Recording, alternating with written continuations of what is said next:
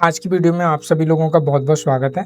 हमारा मॉड्यूल 3 के सारे टॉपिक कंप्लीट हो गए हैं। देखिए, हमने असिस्टेंट लोको पायलट का जो पूरा सिलेबस जो हमने देखा और उसको हमने एक वीडियो में आपको एक्सप्लेन किया कि हम लोग इस तरह से मॉड्यूल बांट रहे हैं और ये मॉड्यूल के अकॉर्डिंग हम वीडियो बनाएंगे। हर टॉपिक का एक वीडियो बनाएंगे जिससे कि वीडियो लंबा ना हो, बोरियत ना हो और समझने में आसानी हो।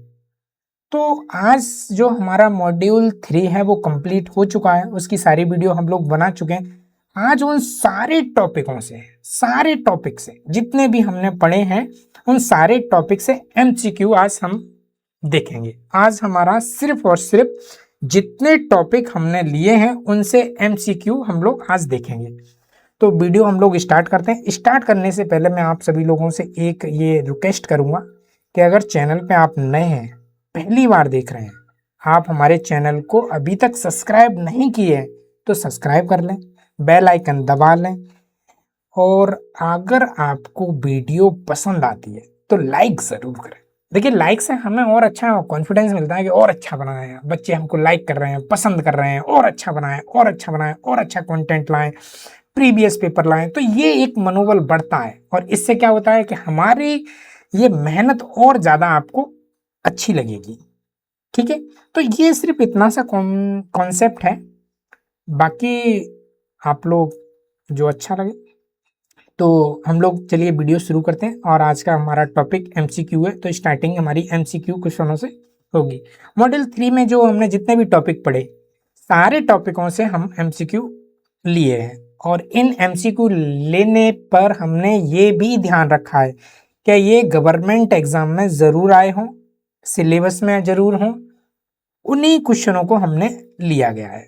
नेक्स्ट पहला क्वेश्चन है हमारा, क्वेश्चन नंबर 1, फिटिंग शॉप का मुख्य उद्देश्य क्या होता है? फिटिंग शॉप का मुख्य उद्देश्य धातु को घिसना या मशीन भागों को सही आकार और माप देना या वेल्डिंग करना या फिर आपकी कास्टिंग करना। यहाँ पे आपको क्या होता है, एक एक आप ऑप्शन को, जब भी आपका सीबीटी एग्जाम हो, गवर्नमेंट एग्जाम हो, आपका फाइनल एग्जाम हो, आपका डिप्लोमा का फाइनल एग्जाम है, वहां पे भी अगर इस टाइप के क्वेश्चन आपको मिलते हैं सीबीटी एमसीक्यू टाइप के, तो एमसीक्यू टाइप में सबसे पहले आप ये ध्यान रखेंगे कि ऑप्शन जो आपको दिए हैं वो ऑप्शन का मतलब क्या है। तो यहाँ पे भी अगर मैं एक दो का एक्सप्लेन करूँ, देखिए क्वेश्चन इस तरह से अगर हम देखेंगे तो वीडियो बहुत लेंथी हो जाएगा, बहुत ज़्यादा लेंथी हो जाएगा। तो इसलिए मैं एक दो क्वेश्चन यहाँ पे आपको बताता हूँ। पहला आपका ऑप्शन है धातु को पिघलाना। देखिए, फिटिंग शॉप है, वहाँ पे धातु का पिघलाना कोई प्रोसेस बनता ही नहीं है। मशीन के भागों को सही आकार और माप देना, ये तो हो सकता है। नेक्स्ट और भी देख लेते हैं, क्या वेल्डिंग करना, फिटिंग शॉप में वेल्डिंग। कास्टिंग करना, कास्टिंग में भी वही होता है कि लोहे को पिघलाया जाता है और मोल्ड होते हैं और मोल्ड के अंदर उनको डाला जाता है, उसको हम कास्टिंग बोलते हैं। तो कास्टिंग भी नहीं हो सकता है। तो फाइनली मेरा जो ऑप्शन होगा बी ही होगा। ठीक है, इस तरह से हम लोग देख सकते हैं। क्वेश्चन नंबर हमारा दूसरा है, फिटिंग शॉप में सबसे पहले कौन सा कार्य किया जाता है? ड्रिलिंग किया जाता है या फिर मार्किंग किया जाता है या फिर ग्राइंडिंग किया जाता है फिर या फिर वेल्डिंग किया जाता है?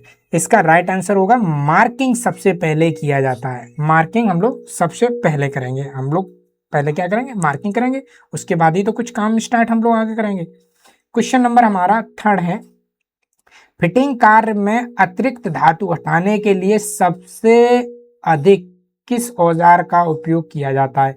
फाइलिंग किया जाता है या ड्रिलिंग किया जाता है या पंचिंग किया जाता है या रिंच किया जाता है?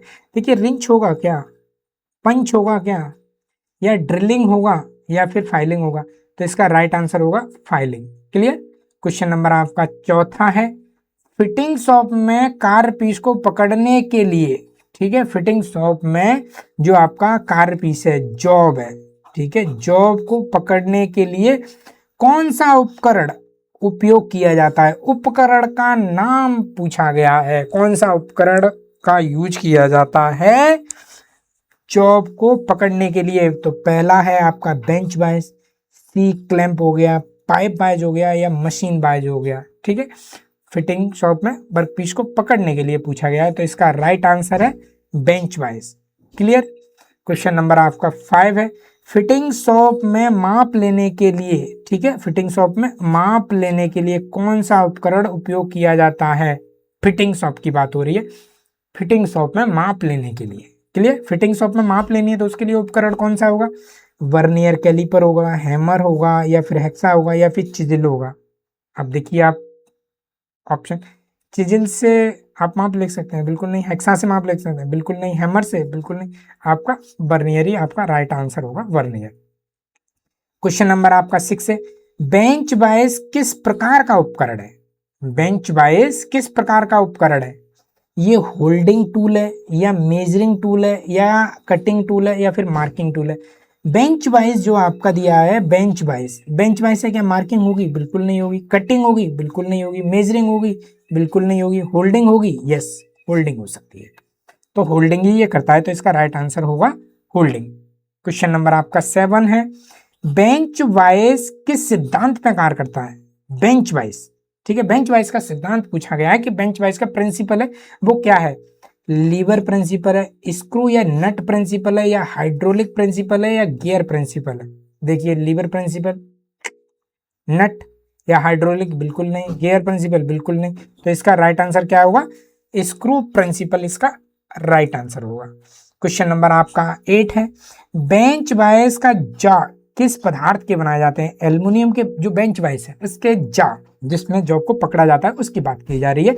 तो एल्युमिनियम के बनाए जाते हैं, या हार्डनेस स्टील के बनाए जाते हैं, या फिर ब्रास के बनाए जाते हैं, या प्लास्टिक के? तो भैया हार्डनेस स्टील के बनाए जाते हैं, ठीक है, तो इसका राइट आंसर है हार्डनेस स्टील। क्वेश्चन नंबर आपका 9वां है, बेंच वाइज की बॉडी सामान्यतः किस पदार्थ की बनाई जाती है? बॉडी की सामान्यतः किस पदार्थ की बनाई जाती है? ठीक है, तो कास्ट आयरन हो गया, कॉपर हो गया, या ब्रास हो गया, फिर वुड हो गया। तो यहाँ पे बॉडी देखो बनाई जा रही है, तो बॉडी तो कास्ट आयरन की ही बनाई जाएगी, तो इसका राइट आंसर होगा कास्ट आयरन, ठीक है, तो कास्ट आयरन की इसकी बॉडी बनाई जाएगी। इस तरह से आपको देने हैं, ठीक है। तो आप लोग को अगर वीडियो पसंद आ रही है तो आप लोग जरूर लाइक करें, ठीक है। नेक्स्ट क्वेश्चन हमारा 10वां है, बेंच वाइज का आकार किस आधार, बेंच वाइज का आकार किस आधार पर बनाया जाता है? जो आकार होता है वो आकार किस आधार पर बताया जाता है? मेरे को एक बेंच वाइज आपका पूछना है, मेरे को एक बेंच वाइज है ये, ठीक है, ये आपके मेरे जबड़े हैं, ठीक है, एक जबड़ा मेरा ये है, और इसमें ये इस तरह से बॉडी बनी हुई है, और इस तरह से ये बॉडी बनी हुई है, ठीक है, ये बॉडी बनी है, ये मेरे जा है, ठीक है, और यहाँ पे ये स्क्रू और ये मेरा नट है, होल्डिंग, ठीक है। तो ये मैं पूछूं, ये बेंच वाइज का साइज क्या है? ठीक है, इसका साइज मेरे को पूछना है कि इसका साइज क्या है, ठीक है, इसका साइज मुझे बताना है, ठीक है। तो आप इसका साइज मुझे अगर बताओगे तो क्या मेजरमेंट करोगे? यहाँ पे ये पूछा गया है, हैंडल की लेंथ चेक करोगे, यहाँ से यहाँ तक की जो हैंडल की लेंथ है वो लेंथ अगर चेक करके मुझे बताओगे, या फिर मुझे जॉ की जो विड्थ है, यहाँ से यहाँ तक की जो विड्थ है ये चेक करके मुझे बताओगे कि ये कितनी है, ठीक है, यहाँ से जॉ की जबड़ों की लेंथ मुझे ये, या फिर इसकी हाइट चेक करोगे कि इसकी जो बेस है इससे यहाँ तक की जो हाइट है ये मुझे चेक करोगे, या फिर इसका वेट चेक करोगे, क्या चेक करोगे? आप लोग कमेंट्स में जरूर बताएं, ठीक है। तो इसकी जो राइट आंसर है, इसकी जॉ की विड्थ हम लोग चेक करते हैं, जॉ की विड्थ के अकॉर्डिंग इसका साइज हम मेजरमेंट करते हैं। अगर ये मान लीजिए 300 mm है तो हम इसकी बेंच वाइज की बोलेंगे 300 mm। अगर ये 4 इंच है तो इसको हम बोलेंगे कि बेंच वाइज 4 इंच की है। जो जबड़े होते हैं, ये जो जहाँ पे वर्क पीस को पकड़ा जाता है, इसको वर्क पीस को पकड़ा जाता है यहाँ पे, उसके अकॉर्डिंग बोलते हैं। ये 6 इंच की है तो इसको हम 6 इंच बोलेंगे, 8 इंच की है तो इसको हम 8 इंच बोलेंगे। इस तरह से बोला जाता है, 6 इंच, 8 इंच, 2 इंच, 3 इंच, ठीक है, इस अकॉर्डिंग बोला जाता है। क्वेश्चन नंबर हमारा 11वां है, हेक्सा का मुख्य उपयोग किसके लिए किया जाता है? हेक्सा का धातु काटने के लिए, या माप लेने के लिए, या ड्रिलिंग के लिए, या फिर मार्किंग के लिए? मार्किंग के लिए होता है? बिल्कुल नहीं। ड्रिलिंग के लिए होता है? बिल्कुल नहीं, ठीक है। या माप लेने के लिए होता है? बिल्कुल भी नहीं। धातु काटने के लिए होता है, ठीक है, तो राइट आंसर इसका क्या होगा? ए। क्वेश्चन नंबर हमारा 12 है, हेक्सा ब्लेड के दांते किस दिशा में होने चाहिए? जब आप हेक्सा फ्रेम में ब्लेड को लगा रहे हैं, यहाँ पे आप ब्लेड अगर लगा रहे हैं, ठीक है, यहाँ पे आपको ब्लेड लगाना है, तो इसके दांते जो हैं, ये वाले दांते, इनका झुकाव किधर होना चाहिए? इसका झुकाव किधर होना चाहिए? आगे की होना चाहिए, पीछे की होना चाहिए, या फिर आगे की ओर होना चाहिए, या ऊपर की ओर होना चाहिए, या फिर नीचे की ओर होना? भाई ऊपर में कैसे हो सकता है? ऊपर में कोई कटिंग होगी नहीं। हाँ, नीचे की तरफ हो सकता है, तो नीचे की तरफ होगा, तो इसका क्या कॉन्सेप्ट है? कोई कॉन्सेप्ट है? झुकाव उनका होता है, उसका कोई कॉन्सेप्ट है? इसका कोई कॉन्सेप्ट ही नहीं है। आगे की ओर होने चाहिए या फिर पीछे की ओर? आपके यही दो आपके ऑप्शन बच रहे हैं, आगे की ओर होने चाहिए या पीछे की ओर। ठीक है, तो इसका जो राइट आंसर होगा पीछे की ओर नहीं होगा, ठीक है, इसका होगा आगे की ओर होगा, तो राइट आंसर इसका बी होगा। क्लियर? क्वेश्चन नंबर आपका 13वां है, पतली सीट काटने के लिए कौन सा टीपीआई उपयुक्त है, अच्छा है, यूजफुल है? पतली सीट है, ठीक है, पतली सीट है। आप टीपीआई के बारे में आप जान रहे होंगे, टीपीआई के बारे में बताएगा, थ्रेड पर इंच, मतलब 1 इंच में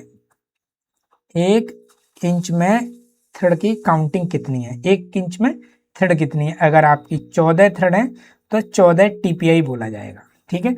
अगर 1 इंच में अगर आपकी 20 थ्रेड है तो 20 टीपीआई बोला जाएगा। 1 इंच में थ्रेड की संख्या कितनी है, ये इस तरह से पूछा जाता है कि संख्या कितनी है, 1 इंच में संख्या बताओ, वो उसका टीपीआई बोला जाएगा। अगर संख्या आपकी 20 है, 1 इंच में 20 थ्रेड है तो 20 टीपीआई हो गया, ठीक है। तो पतली सीट है, अब पतली सीट में टीपीआई कितना होना चाहिए? आप कॉमन थोड़ा सा लगाइए, ठीक, कॉमन लगाइए, 14 टीपीआई होना चाहिए, या फिर 18 होना चाहिए, या 24 टीपीआई होना चाहिए, या फिर आपका 32 टीपीआई होना चाहिए? तो इसका राइट आंसर है डी, ठीक है, 32 टीपीआई होना चाहिए। क्वेश्चन नंबर आपका 14 है, एडजस्टेबल हेक्सा फ्रेम, जिसको एडजस्टेबल किया जा सकता है, हेक्सा फ्रेम को आपने देखा था, ये आपका हेक्सा फ्रेम है, इसको एडजस्ट किया जा सकता है, इसकी जो लंबाई है इसको एडजस्ट किया जा सकता है, यहाँ पे एडजस्ट करने का सिस्टम बना होता है, मैकेनिज्म यहाँ पे बना होता है, ठीक है, यहाँ पे एक मैकेनिज्म बना होता है जिससे इसकी लंबाई को एडजस्ट किया जा सकता है, ठीक है, इसको लंबाई को कम या अधिक किया जा सकता है, आप इस तरह से देख सकते हैं, कम या फिर अधिक किया जा सकता है, ठीक है, ये एडजस्टमेंट होता है। तो एडजस्टेबल इसका फ्रेम का क्या लाभ है, इसका लाभ क्या है, ठीक है, केवल एक आकार का ब्लेड लगता है, या विभिन्न लंबाई के ब्लेड लगाए जा सकते हैं, या केवल लकड़ी काटता है, या फिर केवल पाइप काटता है? आप राइट आंसर कमेंट्स बॉक्स में जरूर दें। क्लियर? इसको हम देखते हैं। तो ये एडजस्ट किया जाता है, जो मैंने अभी यहाँ पे जो चित्र बनाया इसको आप देखिए, ठीक है, केवल एक ही आकार का ब्लेड लगाया जाएगा, तो भाई एडजस्ट क्यों रखा जाएगा? तो ये तो हो ही नहीं सकता, फिर तो एडजस्टेबल की कोई जरूरत ही नहीं है। विभिन्न लंबाई के ब्लेड लगाए जा सकते हैं, हो सकता है, देखते हैं और भी क्वेश्चन पढ़ लेते हैं। केवल लकड़ी काटता है, लकड़ी और लोहे से क्या मतलब है, कोई कॉन्सेप्ट यहाँ पे नहीं है। केवल पाइप काटता है, पाइप का भी नहीं है, तो केवल आपका राइट आंसर बी होगा, ठीक है, राइट आंसर आपका बी होगा। क्वेश्चन नंबर आपका 15वां है, सामान्य हेक्सा ब्लेड की लंबाई कितनी होती है? ठीक है, यहाँ पे लंबाई पूछी गई है, लंबाई कितनी होती है, ठीक है, सामान्य जो हेक्सा, नॉर्मल जो हेक्सा आपको मार्केट में मिलते हैं, हेक्सा ब्लेड की लंबाई पूछी गई है। यहाँ पे 150 mm होती है, या 200 mm होती है, 300 mm होती है, या 450 mm होती है? तो यहाँ पे आपकी लंबाई होगी 300 mm होगी, तो इसका राइट आंसर क्या होगा? सी। क्वेश्चन नंबर आपका 16 है, फाइल किस प्रकार का टूल है? फाइल जो है किस प्रकार का टूल है? ये फिनिशिंग टूल है, या फिर होल्डिंग टूल है, या फिर मेजरिंग टूल है, या फिर ये स्टिकिंग टूल है? यहाँ पे आप अगर ये जो ऑप्शन दिए हैं, इन ऑप्शन से ही आप थोड़ा सा अगर देखा है, समझा है, पढ़ा है, तो आप इसका अच्छे से आंसर दे सकते हैं। तो इसका राइट आंसर होगा ये फिनिशिंग टूल है। क्लियर? क्वेश्चन नंबर आपका 17 है, फ्लैट फाइल का उपयोग किसके लिए किया जाता है? उपयोग की बात पूछी गई है। फ्लैट फाइल का उपयोग किसके लिए किया जाता है? फ्लैट फाइल है यहाँ पे, ठीक है। गोल छेद के लिए, समतल सतह के लिए, या चौकोर छेद के लिए, या बी ग्रुप के लिए, ठीक है। तो यहाँ पे आपका क्या होगा? समतल सतह के लिए इसका राइट आंसर होगा बी। क्वेश्चन नंबर आपका 18 है, फॉरवर्ड स्टॉक में क्या होता है? ठीक है, आप जब रेती को जब चलाते हैं तो फॉरवर्ड स्टॉक होता है, उसमें क्या होता है? तो वो पूछा गया है। कटाई होती है, या कोई कटाई नहीं होती, या माप लिया जाता है, या थ्रेड बनाया जाता है? तो इसमें क्या होता है? कटाई होती है। फॉरवर्ड स्टॉक में क्या होगा? कटाई होगा। तो राइट आंसर इसका क्या होगा? ए। क्वेश्चन नंबर आपका बी है, डबल कट फाइल का उपयोग किसके लिए किया जाता है? जो डबल कट फाइल है, ठीक है, डबल कट फाइल के बारे में हमने एक्सप्लेन किया था। डबल कट, सिंगल कट में आपके इस तरह से होते हैं, ठीक है, और डबल कट में क्या होता है? आपका दोनों तरफ से कट लगे होते हैं, इस तरह से भी कट लगे होंगे और आपका इस तरह से भी कट लगे होंगे। तो डबल कट अधिक धातु काटने के लिए होती है, या केवल लकड़ी के लिए होता है, या केवल प्लास्टिक के लिए होता है, या फिर माप लेने के लिए होता है? तो इसका राइट आंसर क्या होगा? ए, ठीक है, अधिक धातु काटने के लिए इसका उपयोग किया जाता है। क्वेश्चन नंबर आपका 20 है, फाइल सामान्य किस पदार्थ की बनाई जाती हैं? फाइल जो बनाई जाती हैं वो सामान्यतः किस पदार्थ की बनाई जाती हैं? ब्रास की बनाई जाती हैं, हाई कार्बन स्टील की बनाई जाती हैं, या फिर कॉपर की बनाई जाती हैं, या फिर प्लास्टिक की बनाई जाती हैं? तो इसका राइट आंसर होगा बी, हाई कार्बन स्टील की बनाई जाती हैं। क्लियर। क्वेश्चन नंबर आपका 21वां है, चिजिल किस सिद्धांत पे कार्य करती है? स्क्रू प्रिंसिपल, या बेज प्रिंसिपल पे, या लीवर प्रिंसिपल पे, या फिर हाइड्रोलिक प्रिंसिपल पे? ठीक है, चिजिल, छेनी, छेनी का सिद्धांत यहाँ पे पूछा गया है कि छेनी का कौन सा सिद्धांत है, ठीक है। तो इसका राइट आंसर है बेज प्रिंसिपल पे ये कार्य करती है। इसका जो प्रिंसिपल होता है वो इसका बेज प्रिंसिपल होता है। तो आपका राइट आंसर होगा बी। क्वेश्चन नंबर आपका 22 में है, फ्लैट चिजिल, फ्लैट चिजिल को आप देखा है, समझा है, ठीक है, समझाया। वीडियो आप देख लीजिए, वीडियो में आप जरूर, अगर नहीं देखी है वीडियो तो आप देख लीजिए, ठीक है। फ्लैट चिजिल का उपयोग किसके लिए किया जाता है? इसका उपयोग पूछा गया है समतल सतह काटने के लिए, ठीक है, गोल छेद बनाने के लिए, या थ्रेड काटने के लिए, या फिर माप लेने के लिए? तो भाई चिजिल है, ठीक है। चिजिल का काम क्या होता है? माप लेना होता है? नहीं। थ्रेड काटना होता है? नहीं। गोल छेद बनाना होता है? बिल्कुल नहीं। तो समतल सतह काटने के लिए होता है। इसका राइट आंसर क्या होगा? ए। तो इसका राइट आंसर ए है। क्वेश्चन नंबर आपका 23, क्रॉस कट चिजिल, ठीक है, क्रॉस कट है को अन्य किस नाम से जाना जाता है? ठीक है, क्रॉस कट चिजिल को कौन से अन्य नाम से जाना जाता है? तो यहाँ पे वेब चिजिल है, डायमंड चिजिल है, कोल्ड चिजिल है, और आपकी स्लॉट चिजिल है। तो इसका राइट आंसर क्या होगा? कैप चिजिल, ये इसका राइट आंसर होगा। क्वेश्चन नंबर आपका 24 है, माइल्ड स्टील सामान्यतः कटिंग एंगल कितना होता है? माइल्ड स्टील का सामान्यतः कटिंग एंगल पूछा गया है माइल्ड स्टील के बारे में। 30 है, 45 है, या 60 है, फिर या 90 है? तो इसका राइट आंसर कितना होगा? 60 डिग्री इसका रखा जाता है। क्वेश्चन नंबर आपका 25 है, बी ग्रुप बनाने के लिए कौन सी चिजिल का उपयोग होता है? देखिए, आपका बी ग्रुप के बारे में पूछा गया है। बी ग्रुप फ्लैट चिजिल होता है, डायमंड पॉइंट चिजिल होता है, या राउंड होता है, या कैप चिजिल होता है? देखिए, बी ग्रुप बनाना है, ठीक है, बी ग्रुप टाइप के बनाना है। फ्लैट से तो फ्लैट बनेगा, डायमंड से आपका क्या बनेगा? जो राउंड नोज चिजिल है उससे क्या बने, और कैप चिजिल है उससे आपका क्या बनेगा? तो इसका राइट आंसर क्या है? Diamond point chisel. Clear. Question number आपका 26वां है, हैमर किस प्रकार का टूल है? मेजरिंग टूल है, नाप तोल किया जा सकता है, स्टिकिंग टूल है, या फिर होल्डिंग, पकड़ा जाता है इससे, या फिर कटिंग टूल है, इससे कटाई की जाती है? होल्डिंग नहीं, मेजरिंग बिल्कुल नहीं, तो स्टिकिंग टूल है ये। इसका तो राइट आंसर क्या होगा? इसका बी होगा। क्वेश्चन नंबर आपका 27, फिटिंग शॉप में सबसे अधिक कौन सा हैमर उपयोग किया जाता है? Sledge hammer, ball peen hammer, या फिर रबर हैमर, या फिर ब्रास हैमर? फिटिंग शॉप के बारे में पूछा गया है कि फिटिंग शॉप में सामान्यतः किस हैमर का यूज सबसे अधिक होता है? हैमर का यूज पूछा गया है, सामान्यतः कौन सा हैमर सबसे ज्यादा यूज होता है फिटिंग शॉप में? ठीक है, फिटिंग शॉप में सामान्यतः कौन सा हैमर यूज होता है? तो इसका राइट आंसर होगा ball peen hammer. Question number आपका 28 है, हैमर का जो हेड होता है वो किस पदार्थ का बना होता है? एल्युमिनियम का बना होता है, हाई कार्बन का स्टील का बना होता है, या फिर प्लास्टिक का बना होता है, या फिर ब्रास का बना होता है? तो इसका राइट आंसर होगा हाई कार्बन स्टील का बना होता है। क्वेश्चन नंबर आपका 29 है, सॉफ्ट फेस हैमर। ठीक है, इसका जो फेस है वो सॉफ्ट होगा। सॉफ्ट फेस हैमर का उपयोग किसके लिए किया जाता है? यहाँ पे उपयोग के बारे में बात कीजिए। उपयोग भारी धातु मोड़ने के लिए, या बिना निशान प्रहार करने के लिए, या फिर लकड़ी काटने के लिए, या माप लेने के लिए। भैया हैमर है, यहाँ पे हैमर के बारे में पूछा गया है। माप लेना कैसे हो सकता है? लकड़ी का काटना, भारी धातु मोड़ा जाएगा, सॉफ्ट है, भारी धातु मोड़ा जाएगा नहीं। तो बिना निशान के प्रहार करने के लिए इसका यूज होता है। तो इसका राइट आंसर है बी। क्वेश्चन नंबर आपका 30, स्लेज हैमर का उपयोग किस कार्य में किया जाता है? यहाँ पे कार्य पूछा गया है स्लेज हैमर का। आपने स्लेज हैमर देखे थे, है ना? स्लेज हैमर आपने देखा है, पढ़ा है? नहीं पढ़ा तो एक बार वीडियो देख लीजिए, आई बटन में भी आपको मिल जाएगी। ठीक है, स्लेज हैमर।